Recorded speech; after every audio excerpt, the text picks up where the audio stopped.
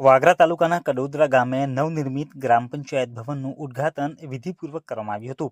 આ પ્રસંગે વાગરા વિધાનસભાના ધારાસભ્ય અરુણસિંહ રાણા મુખ્ય અતિથિ તરીકે ઉપસ્થિત રહ્યા હતા. કાર્યક્રમમાં ભાજપના મહામંત્રી ફટેસિંહ, સરપંચ, પંચાયતના સભ્યો તેમજ મોટી સંખ્યામાં ગ્રામજનો પણ હાજર રહ્યા હતા.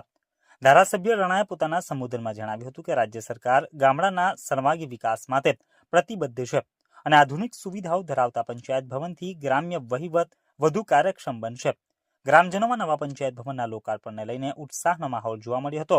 કાર્યક્રમના અંતે રાષ્ટ્રગીત સાથે વિધિવત સમાપન કરાયું હતું. આ વેળાએ ધારાસભ્ય અરુણસિંહ રાણાએ કડોદરા ગામના સર્વાંગી વિકાસ માટે ભવિષ્યમાં વધુ જરૂરી સુવિધાઓ પૂરી પાડવાનો વિશ્વાસ વ્યક્ત કર્યો હતો. તેમણે જણાવ્યું હતું કે ગ્રામ પંચાયત ગામના વિકાસનું હૃદય છે અને આ નવું ભવન ગ્રામજનો માટે સક્રિય પ્રશાસન અને સુચારુ સેવા આપવાનું કેન્દ્ર બનશે. કાર્યક્રમમાં ઉપસ્થિત ગ્રામજનો તથા યુવાનો દ્વારા ગામના વિકાસ માટે સહયોગ આપવાની પ્રતિબદ્ધતા પણ વ્યક્ત કરવામાં આવી હતી.